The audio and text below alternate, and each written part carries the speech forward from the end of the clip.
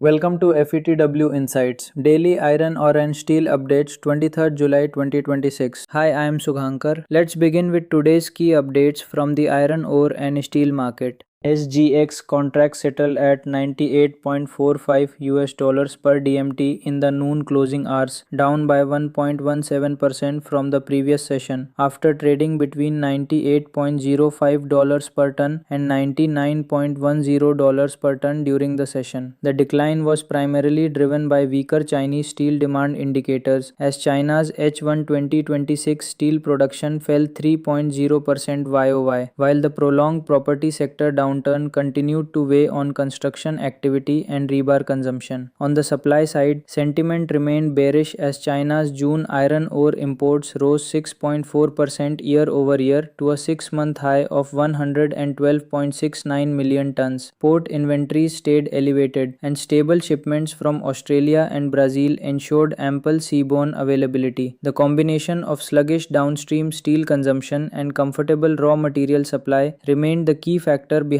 today's SGX iron ore price weakness. Turning to the Indian domestic market, the Indian domestic steel market showed a mixed trend today, with prices remaining varied across different regions due to uneven demand conditions and cautious market sentiment. While some markets witnessed price stability, supported by selective buying and improved inquiries, others faced pressure due to limited transactions and competitive pricing. Traders continued to adopt a cautious approach, balancing inventory levels with uncertain demand conditions. Overall, the market remained range-bound, with regional price movements reflecting a combination of demand recovery and ongoing market challenges. Pellet prices in India varies between 7,700 to 8,350 per ton ex barbell. Price is stable.